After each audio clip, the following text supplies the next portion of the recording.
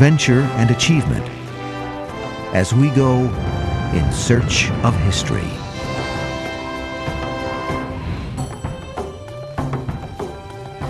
Boston, Massachusetts, 1920. A brash and confident Charles Ponzi convinces thousands of excited investors that he can double their money in just 3 months. Is he a financial genius, a world-class charlatan, or both? Join us as we go in search of history to unravel the legend and legacy of Mr. Ponzi and his scheme.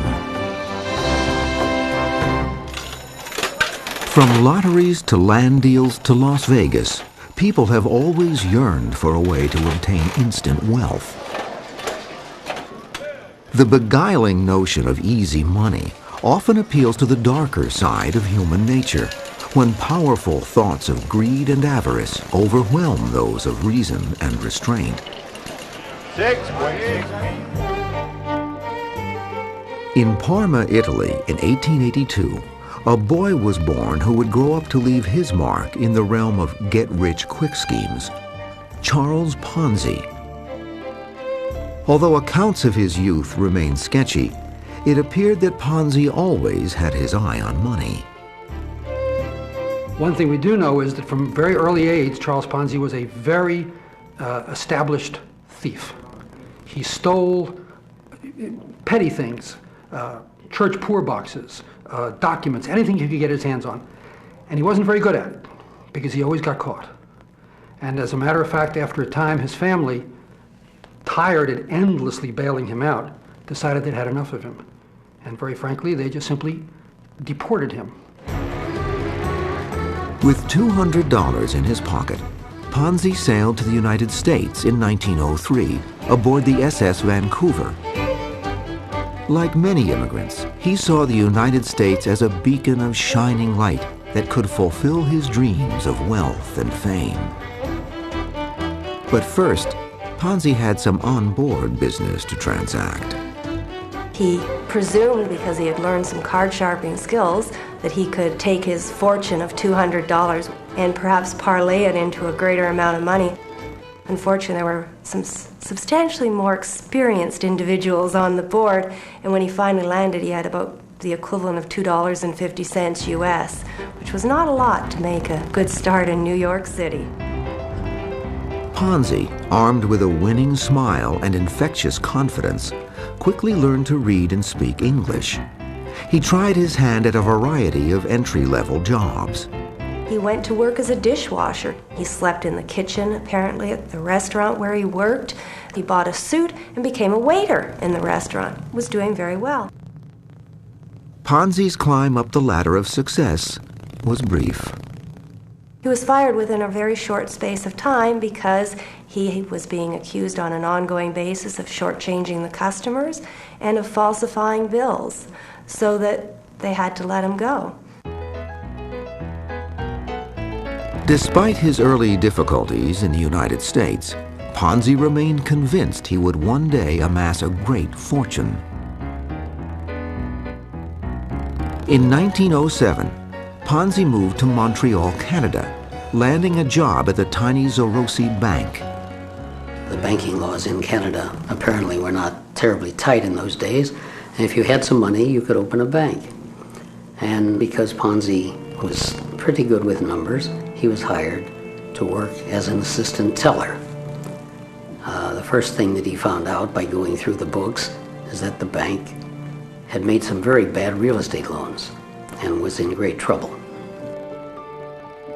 Charles Ponzi sensed that his hoped-for opportunity to get rich quick was at hand. With the help of an acquaintance, Ponzi developed a plan to take over the Zorosi Bank.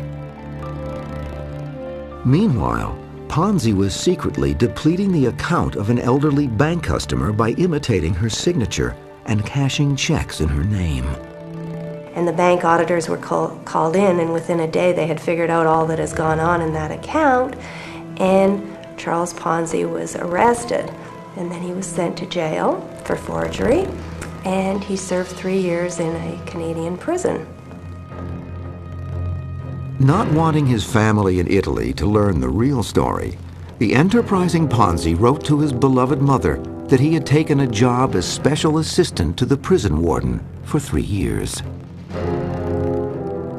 When he got out of prison, he headed back to the United States. No point in coming into the United States empty-handed. He got involved in a scheme to smuggle Italian immigrants across the border from Canada to the United States. And he got caught. And he went to prison again.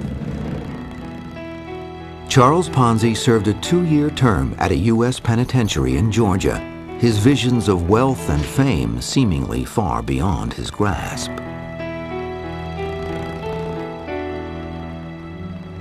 Upon his release in 1918, Ponzi made his way to Boston, Massachusetts, where he met and married Rose Gnecco, also an Italian immigrant. In Boston, once again, he landed a job at a fairly low level in an organization with J.P. Poole, which is an importer and exporter in Boston. And he worked his way up.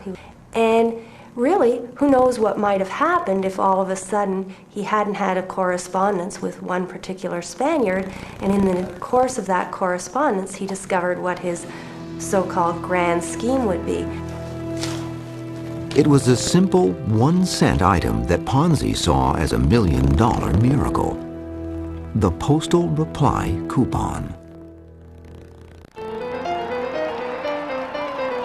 As America stood at the brink of the 1920s, it faced a time of great promise and wild financial speculation.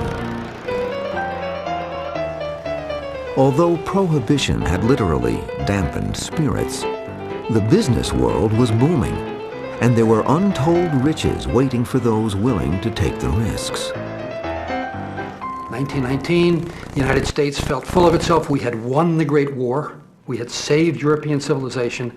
America was confident, and the American working man felt that for the first time he was significantly participating in American success, in American growth. It was a big change. In Boston, Italian immigrant Charles Ponzi had been searching for his way to participate in America's success. In November of 1919, Ponzi, small in stature but big in dreams, determined that postal reply coupons could be his mother lode. In 1907, an international postal congress had agreed to issue postal reply coupons throughout the world. The bearers could redeem these international coupons for postage stamps in their local country. This was to address a real problem. Immigrants who came to America could afford to buy stamps. The relatives who stayed home could not. So this was a way to allow relatives back home to write back to the family in America. Vice-like pressures of inflation and depression were ravaging post-World War I Europe, but the U.S. dollar remained strong. Ponzi saw an opportunity with postal reply coupons that, properly exploited, could result in great wealth. Ponzi realized that if you went to a European post office with American dollars and bought postal reply coupons and then brought them to this country and cashed them in, you got U.S. postage many times more valuable than the U.S. money you spent for them. It was a legitimate opportunity of what we might call arbitrage. And this was the premise. Ponzi believed that for every $1 of postal reply coupons purchased, he could earn $5 when he redeemed them for stamps. With a 400% profit from these initial purchases, Ponzi would buy additional coupons and redeem them for even more money. It seemed to be a proposition that couldn't lose. The ebullient Ponzi chatted up his convoluted idea to friends and associates in restaurants and clubs throughout Boston. He had this gift of gab, and he just had this overwhelming personality and the smile at all times. No matter how bad things got, he had the smile. He seemed to glitter. He seemed to sparkle. He had an immense air of supreme confidence about himself. He really thought he was very special, and it just shows. Ponzi offered anyone a cut of the action if they invested money with him.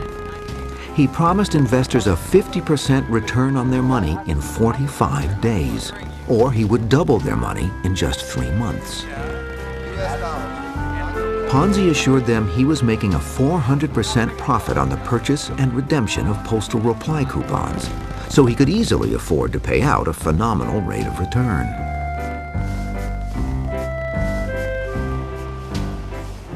In November of 1919, Charles Ponzi opened the Securities Exchange Company, or SEC, in a cramped and dingy office in downtown Boston.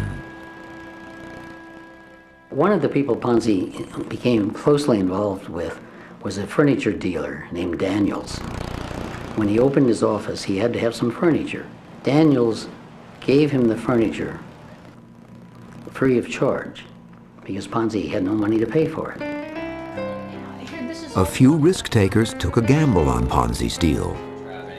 True to his word, Ponzi paid them their principal and interest as promised.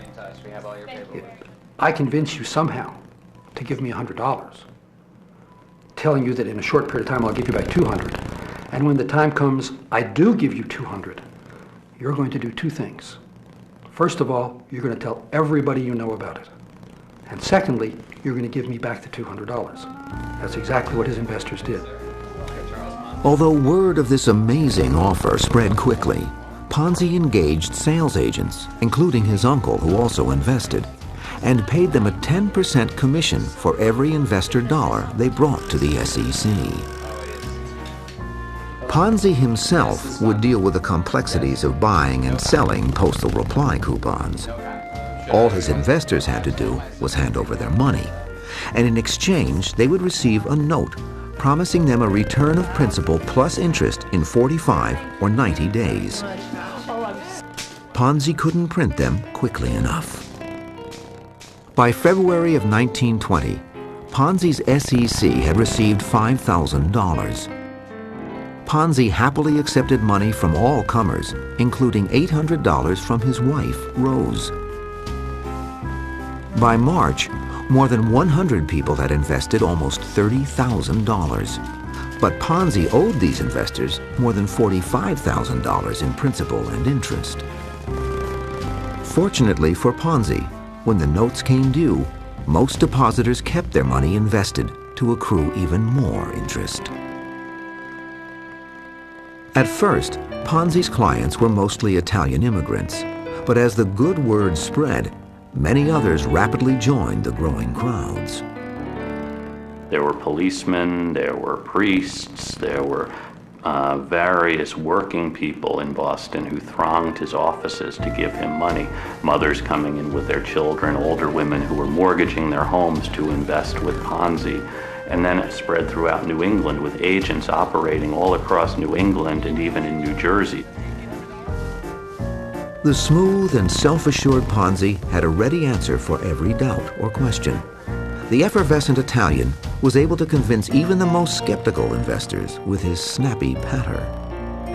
Ponzi had not studied finance, but Ponzi had a bent for mathematics, and he had supreme confidence that if you throw enough numbers at people, their eyes will glaze over, and they will think you know what you're talking about. As torrents of money flowed daily into the coffers of the Security Exchange Company, Ponzi adjusted to his stunning success. He greatly expanded his office. He hired people to stand behind his telecages and take in the money. He hired managers.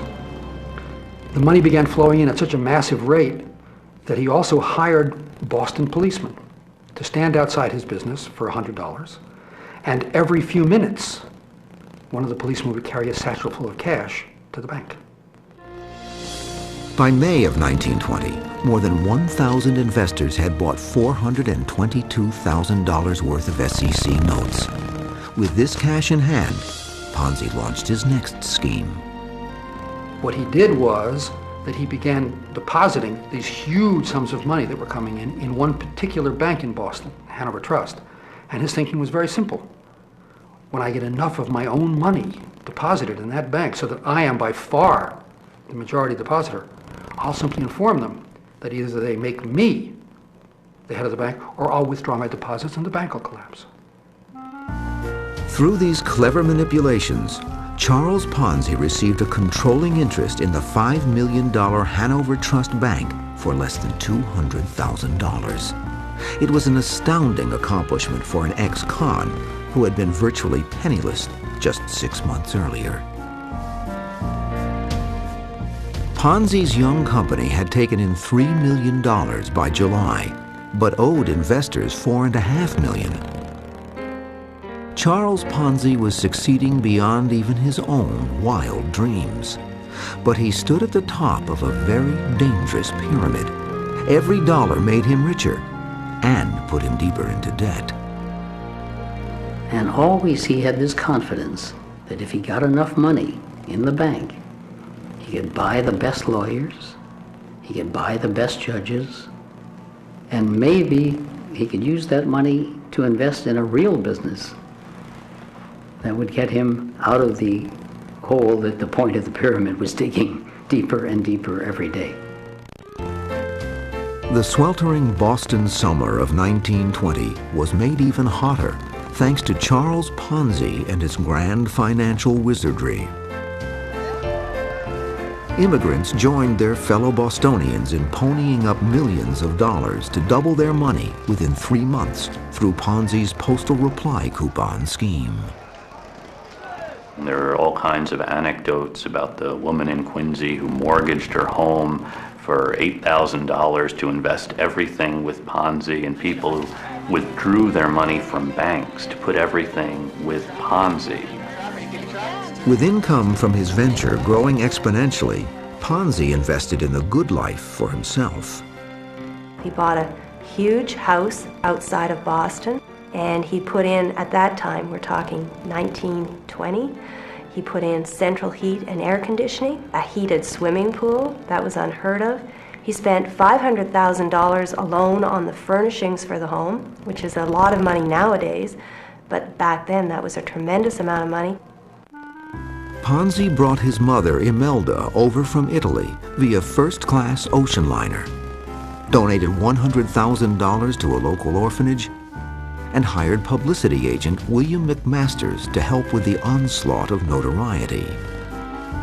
Ponzi, out for revenge, even bought the Poole shipping firm where he had once worked just so he could fire his former boss.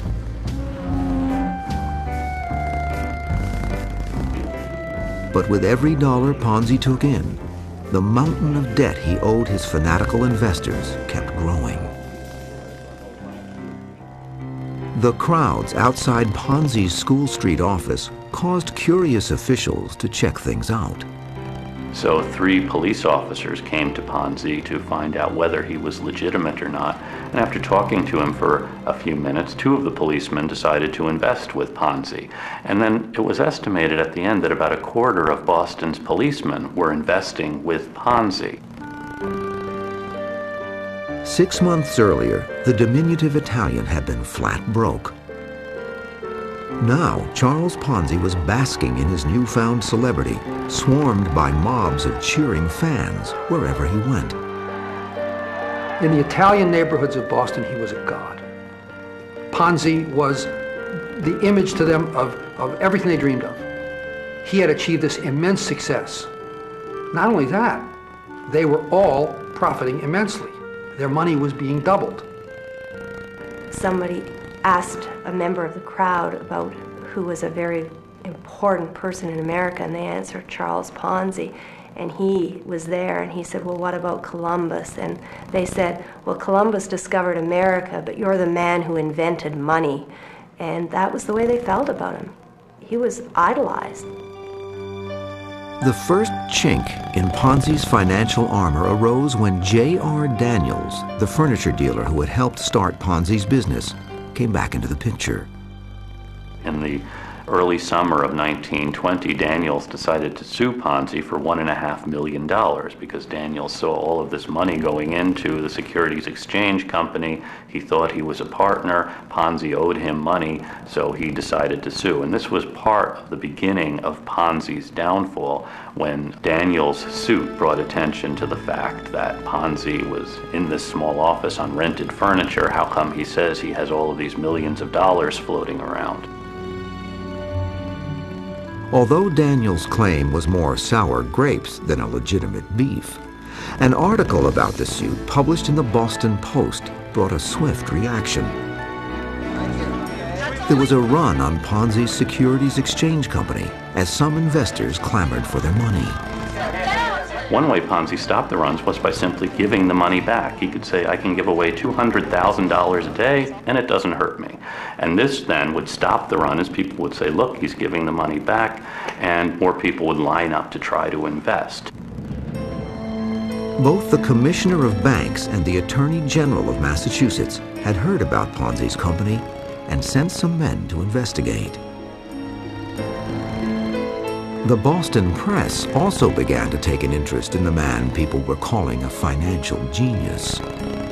One particular individual, Richard Grosier, the son of the publisher of the Boston Post, was perhaps a little more cynical than some, and he started asking a lot of questions. He sent out investigative reporters and said, no, this is too good to be true. Something is going on. And so he was really starting to ask a lot of questions. But on July 24, 1920, a surprisingly positive Boston Post article profiled Ponzi and his money-making machine. As a result, hundreds of people jammed the offices of Ponzi's SEC to invest. Prior to the article's publication, the millions of dollars that flowed into Ponzi's waiting hands had derived solely from word of mouth. He was averaging, in a very short space of time, about $250,000 a day. And that is a lot of money when you put it in the context of the 1920s. Back then, a millionaire was somebody who was very, very rare. And so somebody who was receiving in $250,000 a day, that was a lot of money to be dealing with. The same day the Post article hit the stands, Ponzi met with government officials at the Massachusetts State House. After determining that his books were too convoluted to sort out, Ponzi offered them a plan. Well, Ponzi really had no books.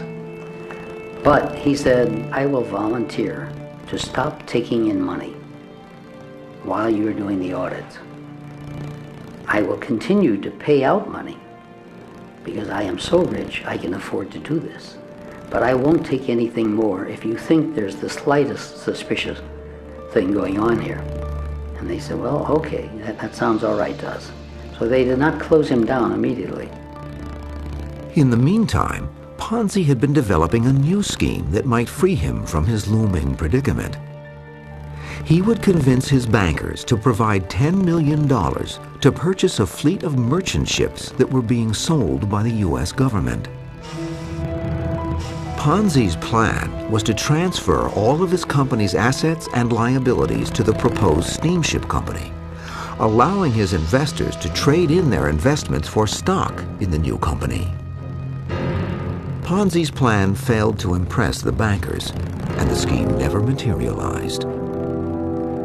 By July 26th, the Boston Post had dug deeper into the dapper Italian's fuzzy financials and ran the first in a series of negative articles about Charles Ponzi and his SEC.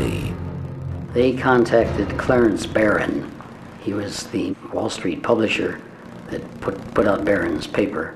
And Barron wrote an article in which he said, if Ponzi can make 300% profit for his investors, why is he putting his money in banks that are only paying 2 or 3%? Why isn't he investing in his own company?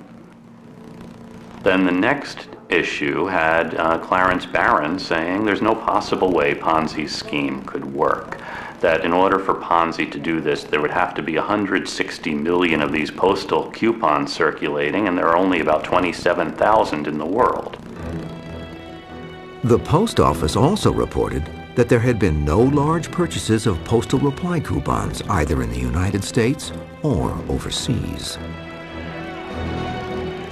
The resulting panic caused a frantic run on Ponzi's security exchange company. When hundreds of people lined up to get their precious money back, a near riot ensued and a few women fainted. Nearly $2 million were withdrawn from Ponzi's School Street office in less than 3 days. But the always positive Ponzi paid everyone back with a smile on his face. And Ponzi went out to this huge crowd of people, serving them coffee and donuts while they waited in line. He said, I can afford to do this. You have nothing to worry about. Some people turned away and said, all right, we'll leave our money in there. And this was going on while the auditors went on, when we're doing their work. In response to the rising chorus of newspaper allegations, Ponzi was quoted as saying, I have just used this postal coupon idea as a blind. I didn't want the Wall Street boys to get even a hint of what my scheme is. As long as my depositors get their investments with profit, I don't have to account to anybody.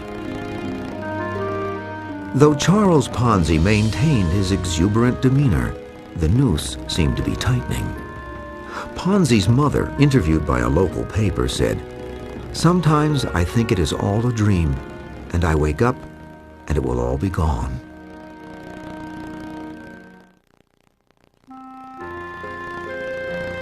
In July of 1920, Boston was abuzz about Italian immigrant Charles Ponzi, who had attracted thousands of investors based on high interest rates and an international postal coupon scheme. But Ponzi's grand plans to create greater wealth for his investors and himself were stymied when government regulators, along with local newspapers like the Boston Post, began to poke holes in the twisted fabric of Ponzi's claims. On paper, you could prove that if you traded these postal reply coupons, you could make money.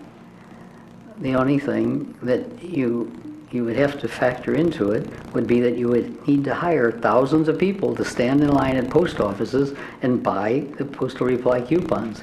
You would have to hire more people to bundle them up and ship them overseas. So on paper, yes, it looked fine, but it was not a realistic plan.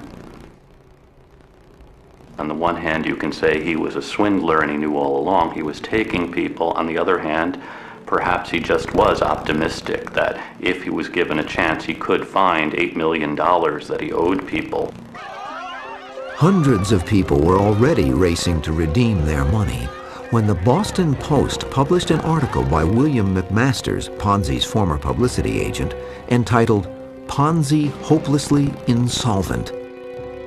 The article went on to claim that Ponzi was drowning in debt. He only has about $7 million at the most. He's taken in $15 million. If you've invested with Ponzi, you're going to lose it unless you get your money back. So McMasters, Ponzi's public relations man, really wound up turning him in because McMasters said a public relations man's first obligation is to the public he serves. On August 10, 1920, U.S. federal agents converged on Ponzi's Securities Exchange Company and impounded everything in the offices. Ever the optimist, Ponzi kept his appointment to speak at the local Kiwanis Club that day. The theme of his talk was finance. On August 12, 1920, Ponzi met again with the officials who were investigating him. The authorities were there, his books were being examined, and Ponzi, graceful to the end, finally said to them, "Are you telling me, gentlemen, that I am insolvent?" And they replied, "Yes." And he said, "In that case, I am your prisoner." And the business was over. The federal government indicted Charles Ponzi on 86 counts of fraud.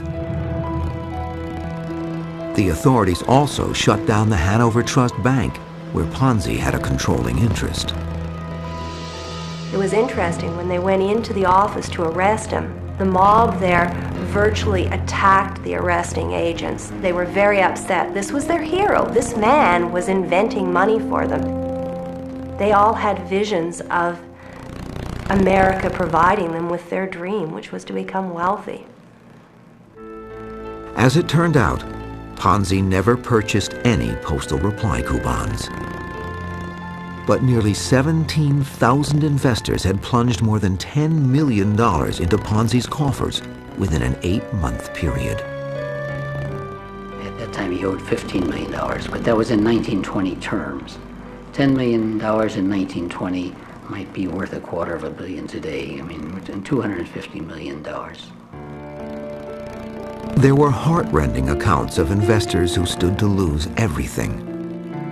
A World War I veteran with tuberculosis had hoped to take his Ponzi earnings and recuperate in Arizona. One woman invested the $1,000 her family had received when her husband lost a leg in an industrial accident. One young couple had deposited $4,600 with the dream of using the profits to buy their first home. Holding a worthless Ponzi note, the bitter husband remarked, "Guess it's a doghouse for us now." Charles Ponzi went to trial in the fall of 1920. On November 1st, he pled guilty to a federal charge of using the mails to defraud and was sentenced to 5 years in prison. Ponzi's wife, Rose, fainted when the judgment was announced. Ponzi was sent to Plymouth Jail, where he sent letters to many of his investors, writing that he hoped the recent miscarriage of your investments would not mar the spirit of the Christmas season. Many investors wrote back to the man who had so happily taken their money. Some of it were absolutely scathing. "You've stolen everything I had," calling him probably every name in the book. Some were very consoling and sympathetic with him and admiring, even saying what a great man he was. And he even received money. People would send money so that he could invest it when he got out. There were still believers out there.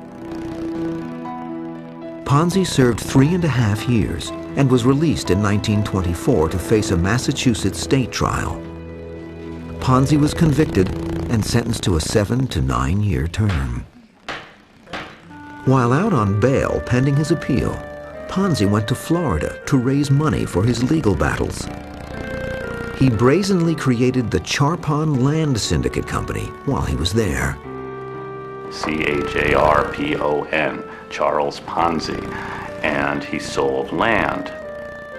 The only problem with the land was most of it was underwater, and he was selling this to investors. The newspapers in Florida realized that he was the same Charles Ponzi who had pulled this big swindle. And he was indicted in Florida for fraud, and he skipped out and went to Texas. After a failed attempt to escape by ship, Ponzi was returned to Massachusetts to face his lengthy prison term. While befuddled government officials attempted to sort out his unconventional accounting methods. It took them years. And when they were finished, they had to admit that although they had determined that some significant sum of tens of millions of dollars must have passed through the scheme, they couldn't ever establish how much it was.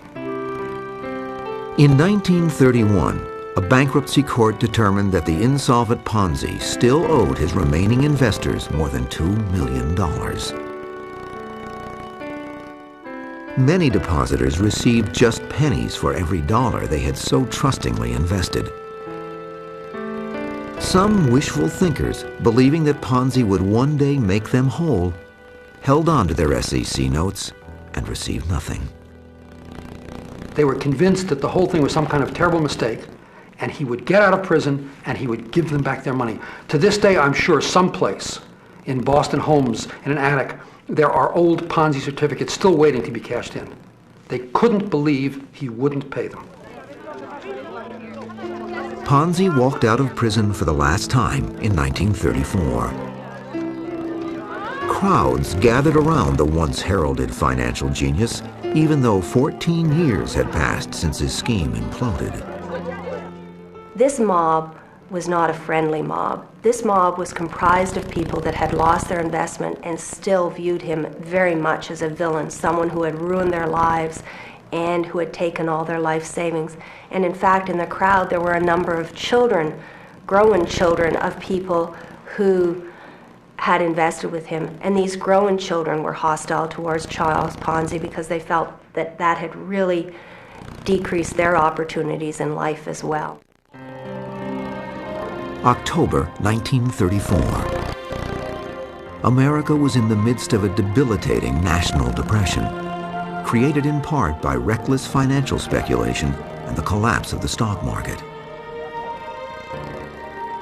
In Boston, Charles Ponzi had completed a lengthy prison sentence for swindling millions of dollars from several thousand victims during 1920. There was so much speculation by banks into a very hot stock market, which wound up collapsing in 1929. So in Ponzi's case, we really see a microcosm for what happens to the American economy in the 1920s. It was said that banks had been providing their investors everything except a roulette wheel. Just days after his release, Ponzi was deported to Italy, traveling in steerage class and leaving his faithful wife Rose behind. The once cocky immigrant seemed to be a shadow of his former self. In his final statement to reporters, Ponzi remarked, "I went looking for trouble, and I got it." Back in Italy, Ponzi reverted to his old self with a new twist to his financial trickery. Ponzi always had a plan for something that could turn things around. One of the schemes he came up with in his later years was writing his autobiography. He thought that if he could sell 1,000 shares in his autobiography for $25 apiece, that would clear just about all of his debts. There were few takers, and the book project faded away. Finally, Ponzi settled on a legitimate job. He did have enough stature or enough self-confidence to make a bit of a position for himself with the Mussolini government in Italy. And within a relatively short period of time, they sent him to Rio de Janeiro to be an agent for the Italian state airline. Ponzi was set up in Rio with servants and a limousine. But this return to the high life would end, this time due to circumstances beyond his control. The authorities in Rio began to find out that diamonds and minerals from Rio were being sent out on this plane back to Italy because World War II was coming on. And these were strategic minerals that could be used by the Italians. So they cut off the fuel supply to the airline. Now Ponzi is now in Rio with no job because the airline is out of business. Charles Ponzi spent the last days of his life in the charity ward of a Rio hospital. He died in 1949 at the age of 67. And when he died, the only thing on his bedside table of any consequence was an unpublished manuscript entitled The Rise and Fall of Mr. Ponzi. At the time of his death, Ponzi's estate was valued at less than $100, just enough to pay for a pauper's funeral. Although its namesake passed away, the legacy of the Ponzi scheme lives on. A similar fraudulent money-making operation reared its head recently in a tiny foreign country. The entire government of Albania collapsed just 2 years ago because there were so many Ponzi schemes going on and so many government officials letting them go on because the government officials had invested their money in them. In 1993, a modern-day Ponzi named John G. Bennett created the Foundation for New Era Philanthropy.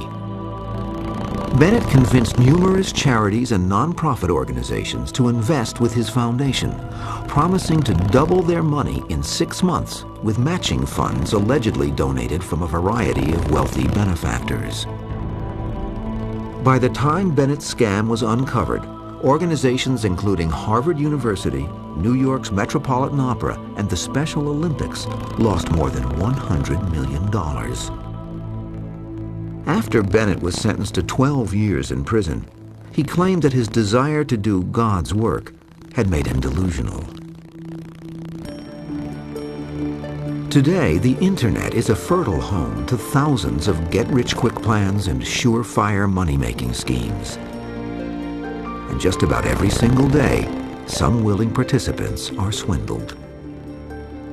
You may wonder what moves a person to choose to invest.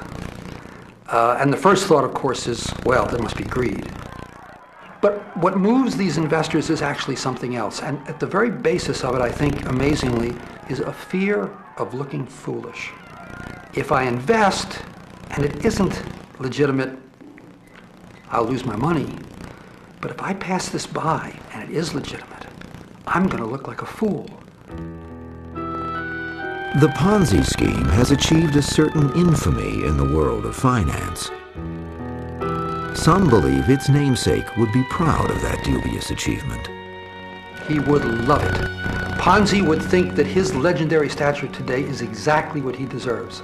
Ponzi stands with Newton and with Einstein, with the great creators of history. His name is enshrined, and I'm sure that he would be delighted.